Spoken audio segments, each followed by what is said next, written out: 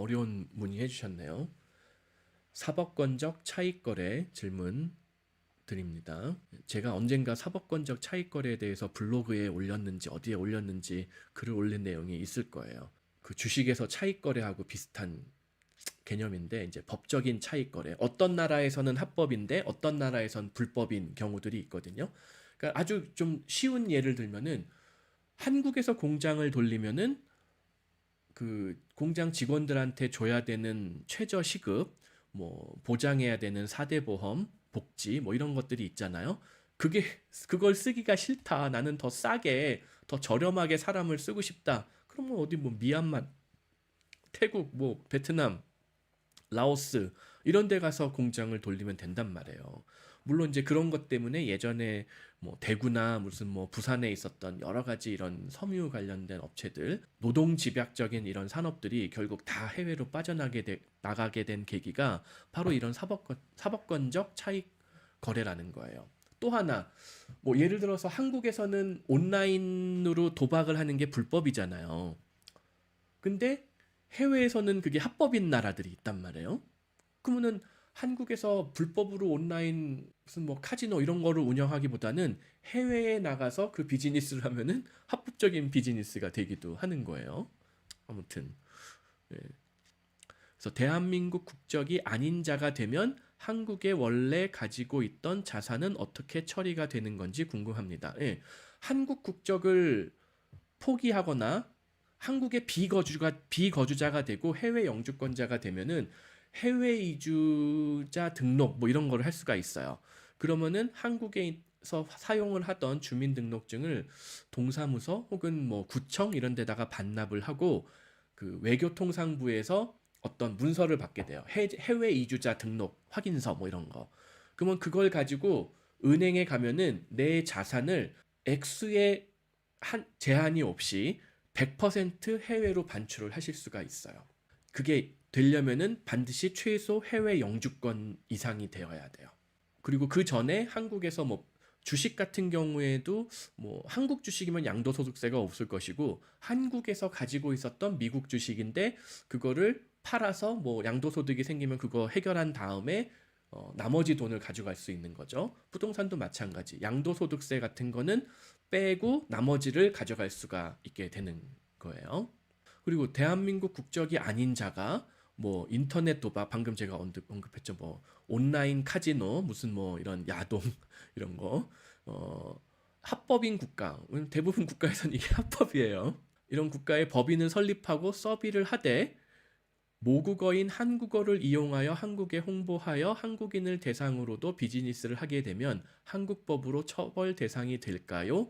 아, 이거 제가 함부로 말씀드리기는 힘든데 공개적인 내용이라서 함부로 말씀드리긴 힘든데 자, 거꾸로 생각해보죠. 온라인 카지노 영국 사람이 운영하는 어디 뭐 키플러스에 혹은 몰타에 영국 사람이 세운 온라인 카지노 혹은 뭐 야동 사이트가 있는데 거기에 한국어로 서비스가 되는 곳들이 실제 있거든요. 그 사람들을 어떻게 잡아다가 한국에서 처벌을 할 수 있죠?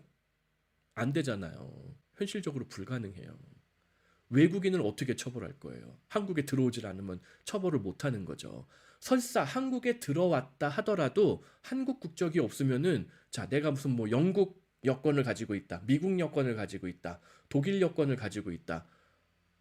그거는 독일 대사관이나 미국 대사관이나 영국 대사관에서 뭐 누가 처벌 대상은 아니라고 보는 게 맞아요. 다만 이제 구체적으로 어떤 행위들을 뭐 어떻게 했느냐에 따라서 뭐 약간의 차이점이 있을 수가 있고 그런 거를 문제가 생기지 않도록 사전에 한국 변호사 그다음에 그 법인을 설립한 그 해당 국가의 변호사하고 조금 더 심도 있게 뭐 상담을 받고 컨설팅을 받으면은 아주 합법적으로 운영을 할 수 있을 것 같아요. 그래서 뭐 실제 그렇게 하는 분들이 있어요. 제가 알기로 그렇게 하시는 분들이 있고 그거를 막을 방법은 없어요. 심지어는 그런 것도 있잖아요. 자, 미국 영주권자나 미국 시민권자 중에 옛날에 그거 정말 옛날 얘긴데 김승희 뭐 이런 분이 있어요. 나비 김승희 맞나? 네, 요즘 분들은 무슨 말인지 모를 거고 그 누드로 옛날에 유명한 미국 시민권자인지 영주권자인지 예, 이승희라는 분이 있었어요. 누드 모델. 무려 1997년. 1997년에 한국에서 누드 사진집을 내면은 잡혀가요. 외설 뭐 이런 걸로. 근데 이분은 한국에 홍보차 내한까지 했단 말이죠.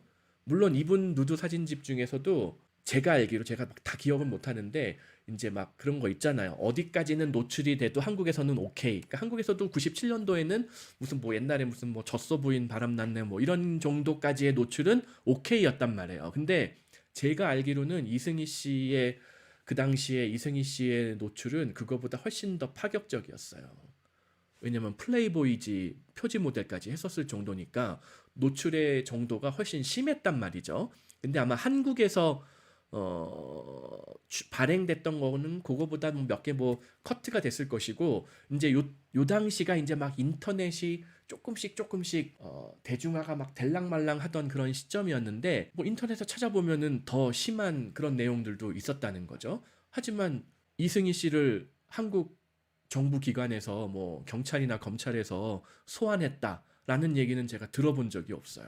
그래서 사실 한국 국적이 없으면은 더 확실하고 심지어 한국 국적이 있다 하더라도 해외 영주권자만 되더라도 해외에 계속 영주하고 있고 한국에 안 들어가면 그만이잖아요.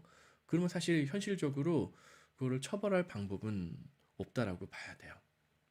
그걸 이제 사법권적 차익거래 똑같은 이게 왜냐면은 자 한국에서는 최저임금을 시간당 뭐 얼마였죠? 뭐 한 8, 9천 원 되잖아요. 요새 뭐 만 원이라고 칠게요. 최저임금 만 원 이하를 주면은 고용주가 형사처벌 받잖아요. 근데 똑같은 고용주가 뭐 삼성이 베트남에다가 공장을 세워서 거기 있는 사람들한테 만 원 이하를 준다. 시급을. 심지어 한국인이라 하더라도 한국에서 고용한 게 아니라 뭐 해외에서 고용해가지고 만 원 이하를 줬다. 그런 경우는 드물기는 한데 아무튼 그게 과연 한국 내에서 형사처벌 받을 내용이냐 아닐 가능성이 높다는 거예요. 여기 이승희 씨, 김승희가 아니고 이승희 씨의 사례를 보더라도 뭐 이거 비슷한 사례 뭐 엄청 많아요. 제가 막 공개적인 유튜브에서 다 설명드리지는 못하는데 아무튼 사법권적 차익거래 뭐 괜찮은 비즈니스 모델이에요.